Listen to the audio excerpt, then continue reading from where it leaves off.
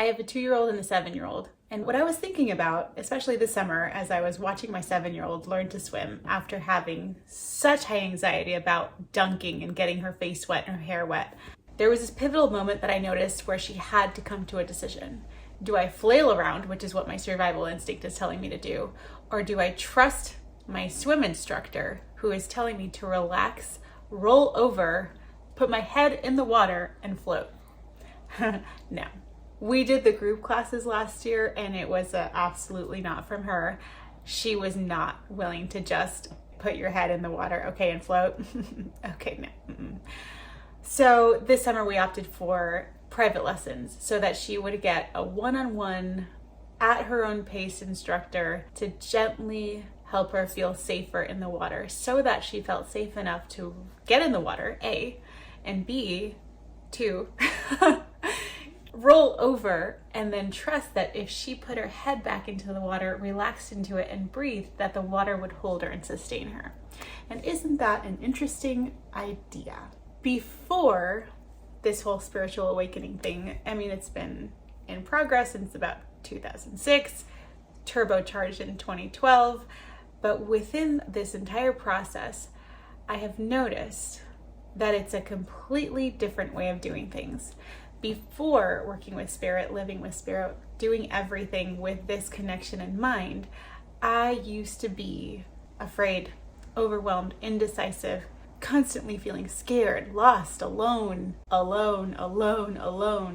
Always at the forefront of my mind was this breathtaking fear that I would miss something and that I would make a mistake and that there would be irreversible, dire consequences for my own mistake.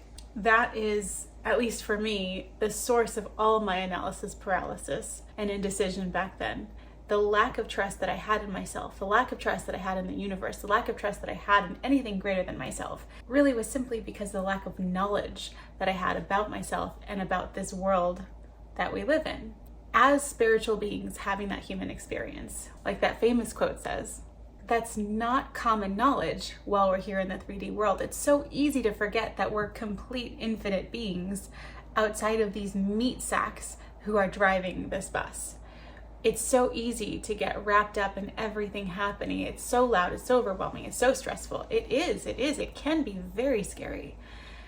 But acknowledging that, hey, actually, I'm a spirit too, and nothing that human me can do will ever change my true spiritual nature, then living this way, with this connection, with this awareness, it's available for everyone because it's true for everyone. Now, not everyone is curious about it or willing to open to it, and that's perfectly fine. Everybody is at their own pace. Everybody is doing their own lessons here on earth. They came here for different reasons, and that's okay. However, if it's something that you're curious about, it's available to you. It's possible for you. And I know for myself, coming from that scared, alone, anxious, indecisive person I used to be, I have a greater ease, a greater sense of myself, a greater trust in that whatever is happening, no matter how painful and overwhelming and new and unpredictable it is, that I will have the tools to navigate myself through it, that I will have the resources to have good ideas, to know who to call, and that I know how to ask for the right help when I need it. And even if I don't have all the answers, which none of us ever do, we are not given all the playbook. I will be given the one little nugget so that I will know exactly the one right next step to take. And that really, truly is all we need. It's not the most comfortable because I like to control things and I like to plan 20 steps ahead and I like to know where I'm going and I like to have a plan, but that's just not how this place works. Back to the analogy of swimming. I know how to float now. I can trust myself in the water. I can trust the water to hold me. I can trust that my lungs will fill with air when I relax into the water, knowing that the water can hold me. I know how to surrender. And surrender is that thing, that key, that idea that everybody says, oh, surrender, surrender, surrender. Okay, what does that mean? I'm just supposed to stop paddling and stop efforting and stop making things happen and stop trying? Yeah, okay. The thing about surrender is that it's not a giving up. It is a conscious choice to stay in your body, relax and breathe, and make yourself lighter in order to receive and be held by the water, by source, by spirit, by the world, by the universe. It is not giving up.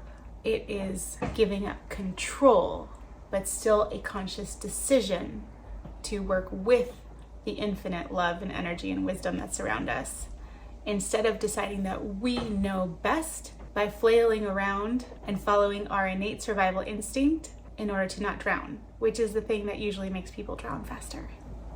It's a constant connection, moment to moment, acting as a tether to that feeling of security and safety, to that higher knowing that you do know how to float and you are going to be okay, and that you did come here for a reason, to make the world a better place in some way.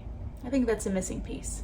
We need support to learn to live like that, to learn to breathe and surrender and float in the water. That is life. Most of us don't come to this planet having that awareness, and it's okay to need help. There are people like me who can teach that. There's books, there's YouTube channels, there's resources everywhere. And if this is something that calls to you, then you get to find the right support.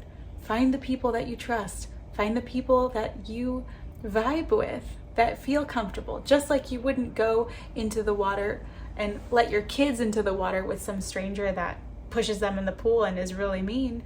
You need to vibe check every instructor that you work with. Same. You have to feel safe and you have to feel secure in order to access the surrender and float piece. Otherwise, it's not going to work. Surrender helps you float. It's a really, really, really simple idea, but it's not easy. Now, as we're learning to trust ourselves in the water, as we're learning to trust the water, we're still going to get water up our nose. We're still going to have our whole head dunk before we're actually ready. It's still going to have some times where it doesn't actually feel good. Okay, so what can we do to support ourselves to make that transition easier? You don't have to change everything all at the same time. You just have to slow it down just for a second and decide that it's okay to not know everything. It's okay to be in the I don't know. And the only way out of the I don't know is through the I don't know, in the dark, feeling your way, little grease moment there, through. You know what it feels like to be familiar with something, and you know what it feels like to be unfamiliar with something.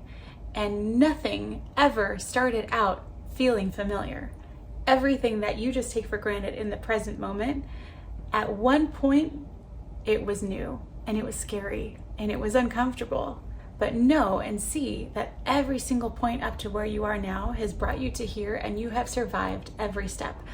Maybe not unscathed, but you have learned lessons, you have grown, you have met new people, and you have gotten more clarity with every single step what it is that you do want and what it is that you don't want. And that is valuable information to have. So I don't believe in wasted experience. I don't believe that everything happens for a reason. I believe that we give meaning to things that happen in our life, and it's up to us to make an empowering story and impact from things that happen. That's a whole other video as well. But every time that we feel ourselves in the panic of the discomfort of the unfamiliar, drowning in the water, we still get to decide that we can trust ourselves and that we can trust the water, because we know how to roll over, relax, and float. Ask for help. It's always there. But the first step, even before that, is to decide to stop flailing and panicking in the water, to override that survival instinct, and to roll over, relax, and float. If you like this message, please let me know. I'd love to hear from you. I'd love to hear what you're working with, what's new and uncomfortable for you. I promise that it'll get better. I promise that it'll feel better really soon. The only way through is through. Remember to share this video with anybody who you think it might help, and Sign up for my email list so that you can get the latest and greatest events and freebies and fun little exercises and things that I always just give to my email subscribers. I host a call once a month around the full moon so that we can all recharge together, meditate, learn some things, play some games, and get reset for the rest of the month. Sign up for my email, look on my website, check it out. I have all kinds of good stuff happening all the time. I look forward to hearing from you. Thank you so much for watching till the end. Mwah.